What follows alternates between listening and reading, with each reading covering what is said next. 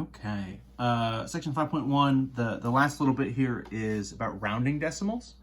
I would say this is actually a little more common, or at least maybe it's sort of what people think about a little more when they think about rounding numbers rather than rounding whole numbers. You could make an argument maybe we should have started here. It's pretty similar. Conceptually, it has a lot of the same rules, right? If your digit, you're kind of rounding to a certain place value, you look one place value to the right of that. I'll write it all down. No reason for me to just say it, and I should just put it in the notes. So let's take an example. So let's round 62.4158 to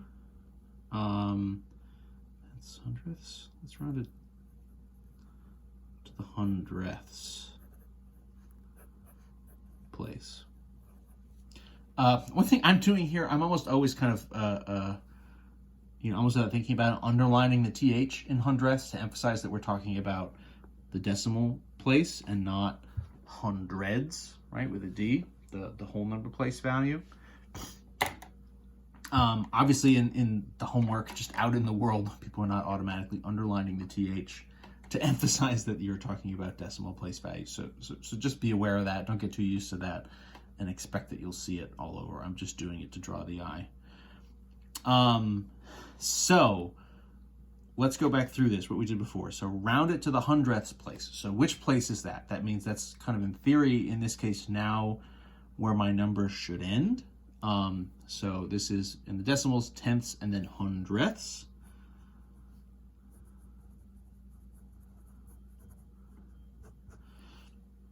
Right, so it's the second decimal place.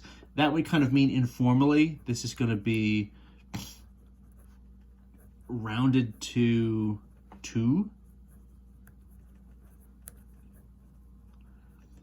decimal places. So you can either sort of do formally and say the name of the place value, or less formally, you can essentially just say how many decimal places you want left over in your sort of rounded number. This will happen. This happens all the time when you're doing real world type scenarios and you get more complex arithmetic where you might be using a calculator. And what will happen is, if you're just doing kind of random stuff, real world stuff, it can be very awkward, and you can just end up with a long decimal as sort of an answer. And then you say to yourself, well, okay, well, I'm not looking to have 10 digits in my thing. What I want is a rounded version of this. I'd like a version where I'm keeping some of these decimal places. You just need to decide how many. So in this case, we're keeping 2 because we're rounding to the hundredths, which is the second decimal place. So how are we going to do that? Our number should sort of look like, something point, digit in the end. So to determine what that's going to look like, we need to actually look, right? One place value to the right of that number. So hundredths, but what I'm doing is I'm looking one to the right, in this case at the 5. So this is, rewritten, right, 62.4158. So I'm rounding here, but the 5 is the key, right? And so our rule was, whenever we were rounding, if the digit sort of one to the right of where we were rounding was 5 or higher, essentially what that means is you've sort of achieved halfway or more to the next number. So this is, in this case, 5 or above, right? That's a check. That means for us, we're going to round up. And so that means the 1 in the second decimal place goes up to 2. So rounding up, right, means you're sort of looking one place value to the right, you're looking for a 5 or above to see if you round up. If it's, if it's 4 or under, 0, 1, 2, 3, 4, it means rounding down, which in this case is a decimal, would just mean you sort of drop the decimal places and you just don't change the digits you have. For us here, because we're rounding up, that means this is going to become 62.42. So what happens, right, is the 5, right, is more than is halfway or more, right? 5, 6, 7, 8, or 9. 5 and up means we round up, and so the 1 is rounding up to 2. So this is going to sort of round to 62 and 42 hundredths, 62.42. Let's pick one where maybe we would round down, or who knows? Who knows what will happen? We could pick the same number. Let's round 60, the original, 4158, round to the nearest tenth instead. Decimal place is getting away from me a little bit there. So the tenths is there, which means I'm then sort of looking back at the 1. 1 is less than 5.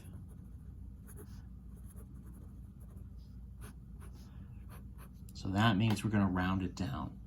And so for us, that means, we're essentially just going to drop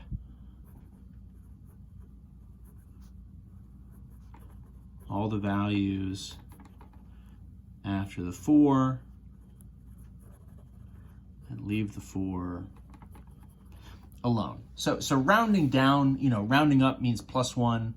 You would think maybe to sort of balance it, rounding down would mean -1, but it's not really that, right? It's, what we're losing is all this extra stuff, the 158 here that is extra.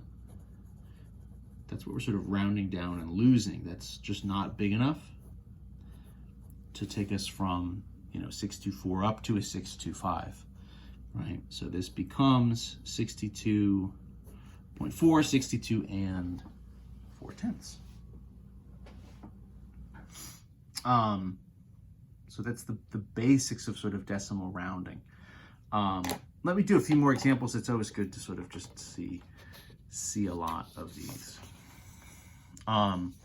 One thing is always, when we're rounding, one mistake I'll sort of see students do sometimes is just kind of identifying the place value and just sort of writing the number. You're rounding the whole number. So every thing that's there, that's sort of in front of the number you're rounding, is still there, right? You're not just singling in on one digit. You're sort of working with the whole number still.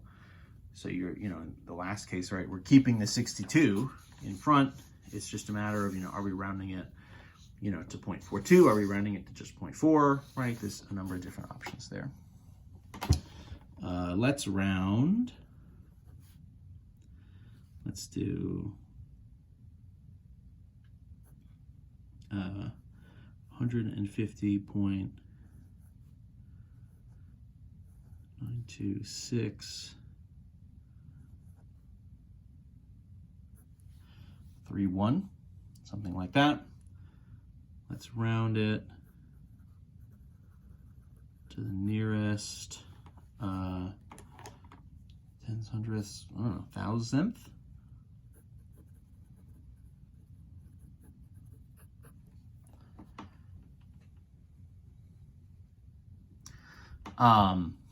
So for us, right, tenths, hundredths, thousandth is there. So that's going to mean rounding it to 3 decimal places. So 6 is there. If I go 1 to the right, so 150 point right, 2, 6, 3, 1. So, 1 to the right, 3 is less than 5. So that means this is going to be a round down situation. So 3 decimal places, and we're just going to drop whatever's left over. So this becomes, so 150, right, still there. 9 and 2 still there, they're not changing. And then we're just going to keep it 6. The 3 and the 1 are gone, right? Tens, hundreds, thousandths.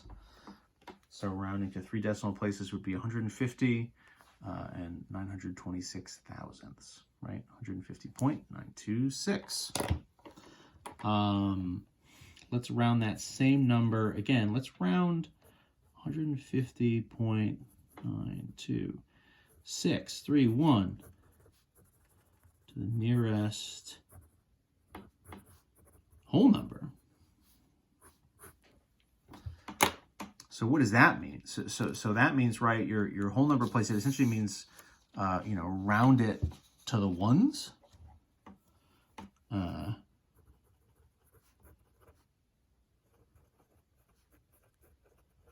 the ones place, aka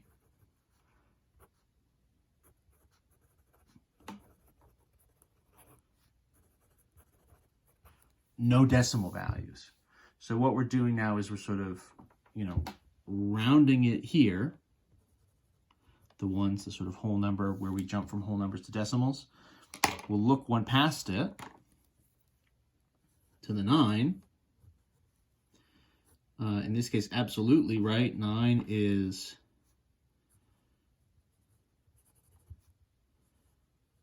five or above. Check. So this is going to round up. I mean, it's arbitrary in these examples. I think it's just always natural to think bigger is better, so it makes it seem more exciting when we're rounding up. But, these aren't numbers that are representing anything. Ooh. Excuse me. Maybe it's representing gas prices. You don't want it to go up. Anyway. So what's going to happen here? So round it up. So that means for us, now the 0 in the ones.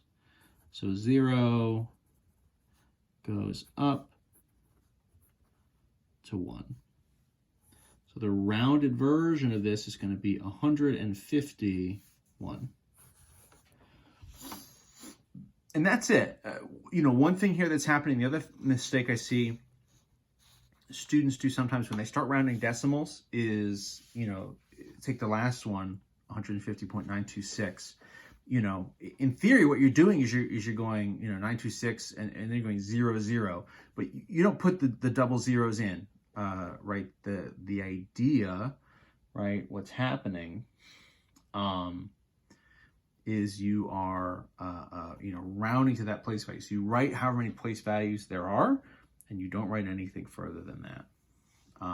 Let me do one last super fast one. Just one last example. Let's do 0.0502. Let's round it to